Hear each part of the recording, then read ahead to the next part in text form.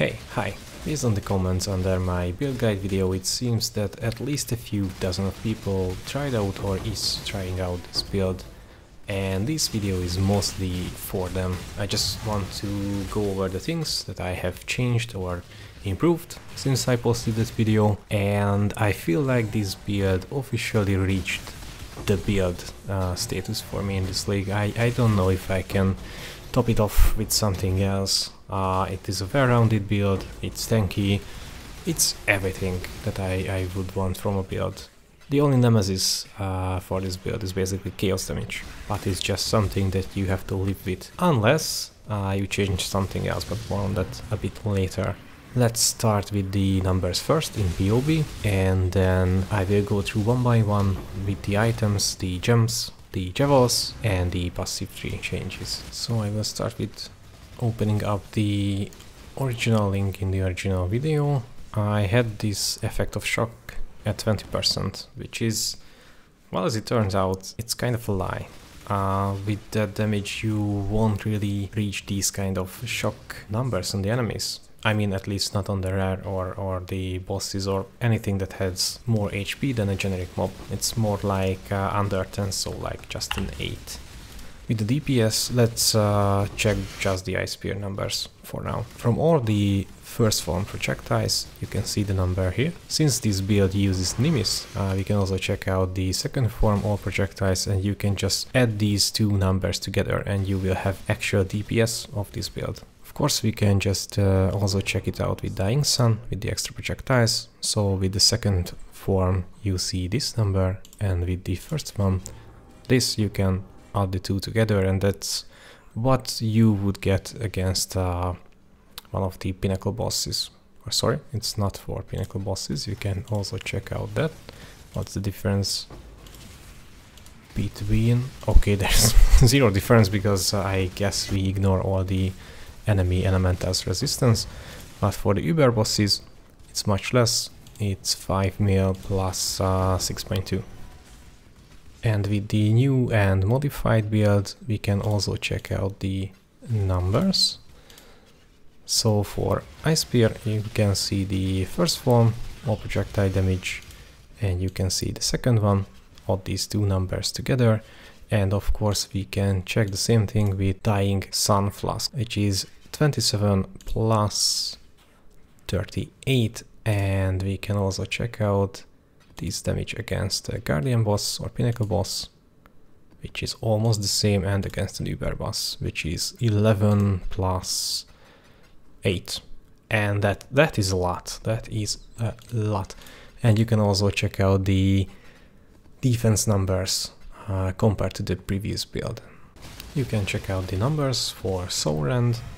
For Soulrend it fires out 9 projectiles, I think, with the greater multiple projectile support. So basically what number you can see there, you can multiply by 10 or a bit more than 10, because all the projectiles returning can hit the same target, and when you actually fire out the projectiles, I still think that you can hit with multiple projectiles, not just one. So you can calculate with an extra 2 or 3, so basically you can just multiply the damage number by 10 to 12. Of course, the biggest downside with the Soulrend is that you have to wait for that damage, because the projectiles are kind of slow, but Soulrend is much better for clearing huge areas, the big map, legions, anything where you need huge coverage. Okay, let's jump to the character itself, and I will just show you one by one what changed since the video. Let's start with the items and the gems. So with Energy Blade, someone asked me like, why don't I use a fossil to give the character another abyss socket? And the answer is I completely forgot that this exists. So I did that, and you can just put anything that helps you the most in your build. Could be crit chance or some attack speed, some extra strength, like whatever, and you can find these jewels really cheap. The only thing I had to get rid of is the increased duration for Wall Discipline and the what's the Jesus Christ, the custom critical Immortal Call. Yeah, that was nice. Like the extra, like 50%, I think. It felt great, but this one is more important, and you can fix much more things with this one. So that's the only thing that changed here. And oh yeah, I increased the quality of all the skill gems to 20% at least. And as it turned out, I had a few like 23% gems. I just put them into the second weapon slot and I could level them up pretty quickly. So I would recommend you to do the same. With the helmet, as I mentioned in the video, you can just look up what are the corrupted implicits that could improve your build.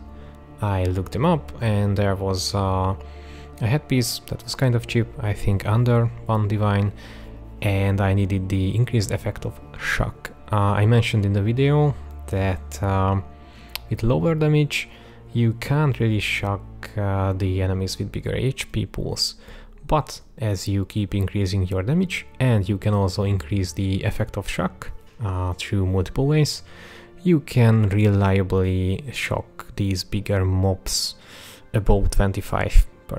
So it's a well worth upgrade. With the gems here, nothing really changed, I think.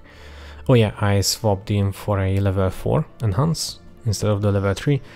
It's kind of a big upgrade, I think a few divines, but I could push my energy shield into higher numbers. It's 7.5k, which is a lot more.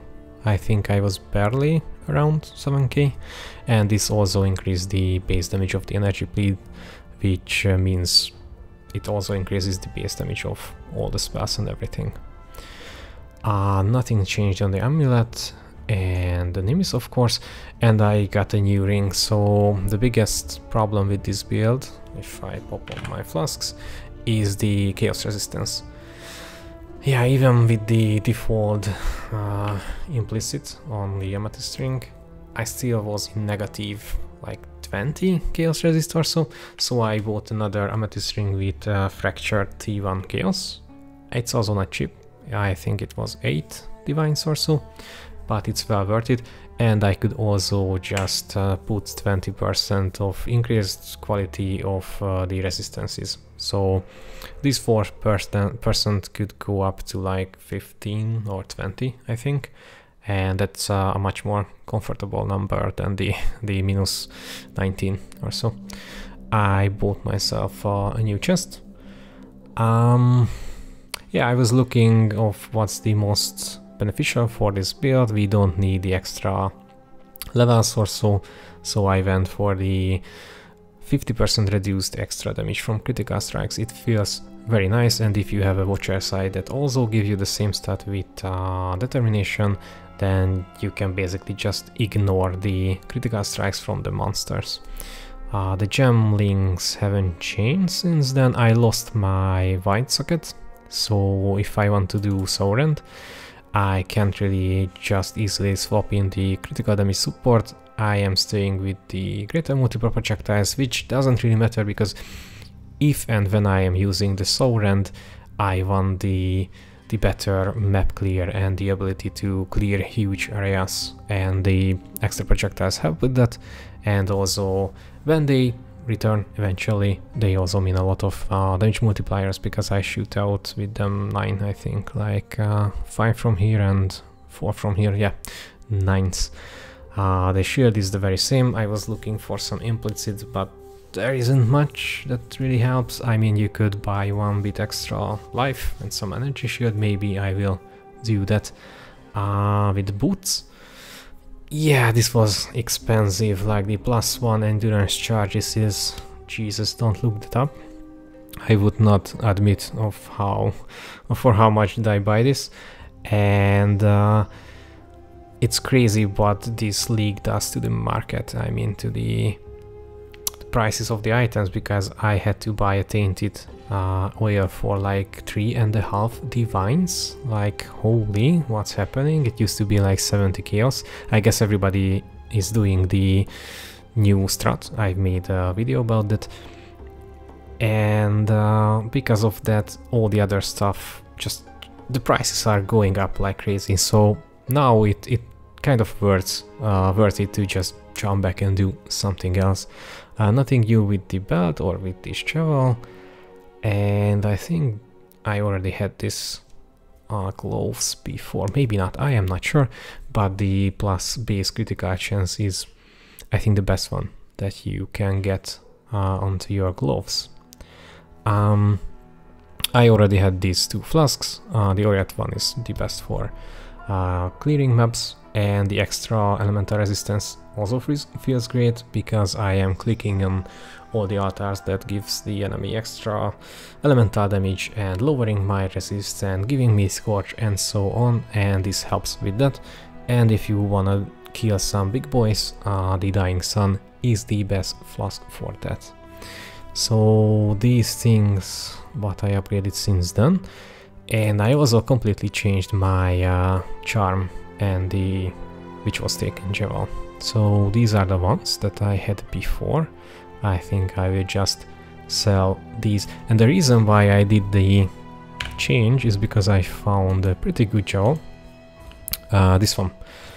And why is it so good? It gives me the gaining power choices and the base critical chance with just one Javel, and it also gives me some energy shield regen as an extra, but it doesn't really matter. I think it doesn't really change anything meaningfully. Where is it? Energy shield regen, yeah, it's 746 and just like 600 without it, so it doesn't really matter. But your energy shield regen should be, I mean, mine is always around 3.5k. I don't know if you have noticed that, but it is mainly because of this notable here. You will prevent a ton of physical damage from your physical damage reduction and blocking and so on, so you will have insane amount of energy shield regen all the time. So since I could use one Javel to get everything power charge related, I could get some really crazy things for the Primalist, and oh my god, the Primalist is the best thing ever. You can improve any and all of your builds in so many ways. It's just fun. It is really fun. So I opted in for this one.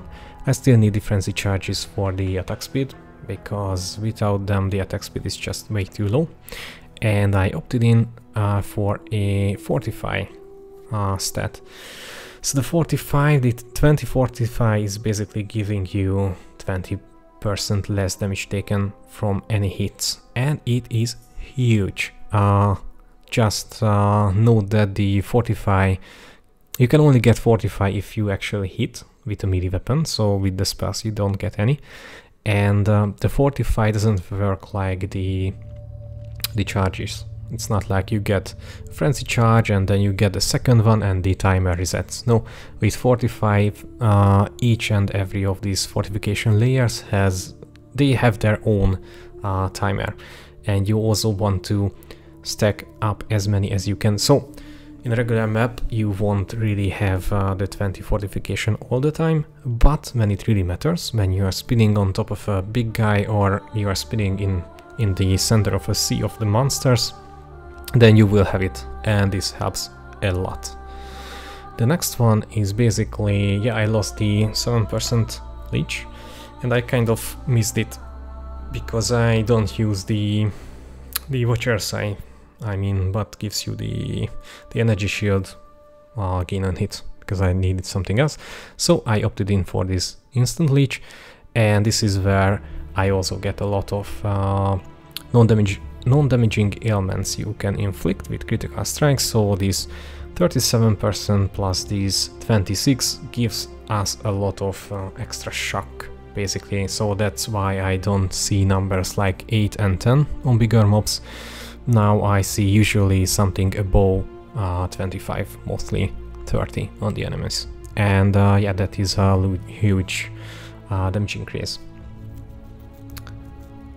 Yeah, and the last one is, oh yeah, I wanted to have the same recovering energy shield on kill, because when you are in the middle of like 200 mobs, everyone will just constantly dying, and this is another great recovery. And the together with the instant leech, with this and all the damaging layers, you are basically like immortal, unless you get some huge chaos damage.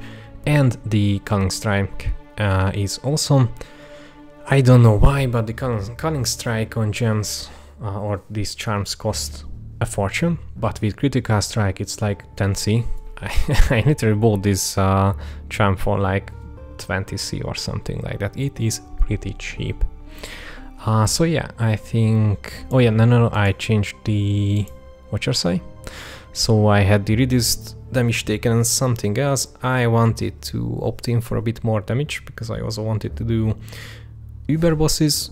I want to try out like killing 100 or 200 of one of them. I don't know of which them yet, but I will probably make a video about that in the later. So I opted in for extra critical strike multiplier, because all our damage is critical strike, so this is basically just damage.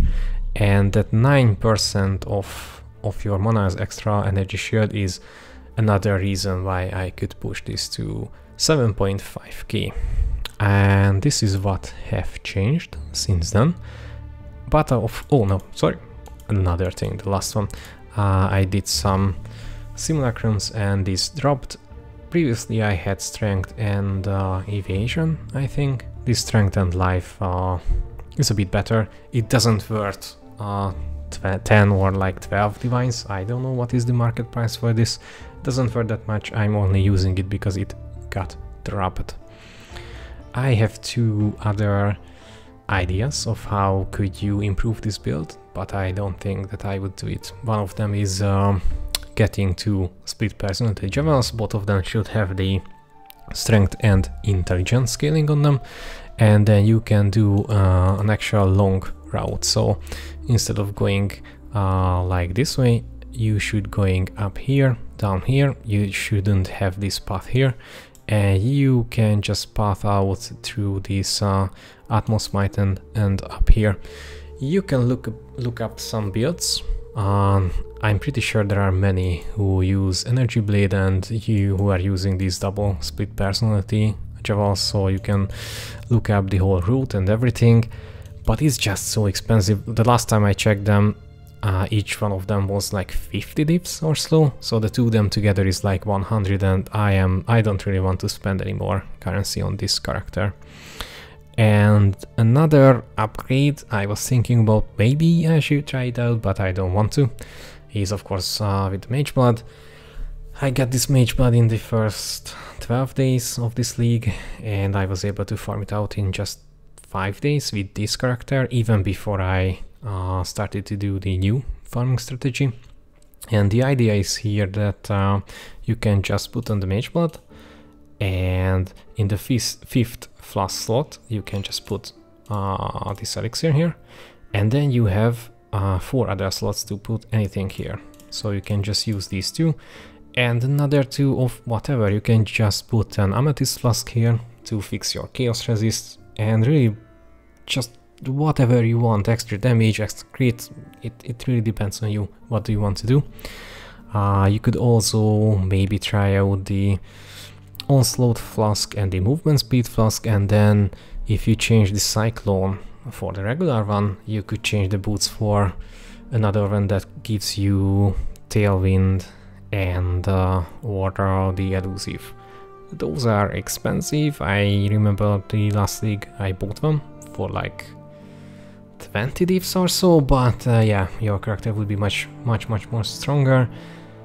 But even though I like to get a Mage Blood as soon as possible, I don't really like to use it, because most of the time it feels like cheating. So yeah, I won't do that here. I think this was all the improvements that I have made and all the leftover ideas of what I think I should. Maybe I will buy the quality for the rings to give me more chaos resist.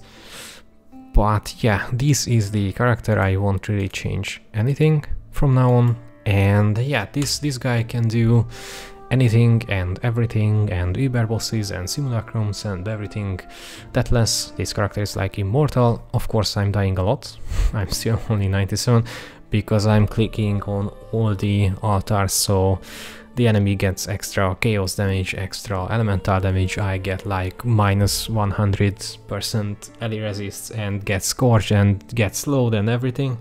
But yeah, I want to get the big pops, the big loots, so that's why I'm doing it. And yeah, let us know what did you choose, what did you improve, if you have played this build or if you have any other idea.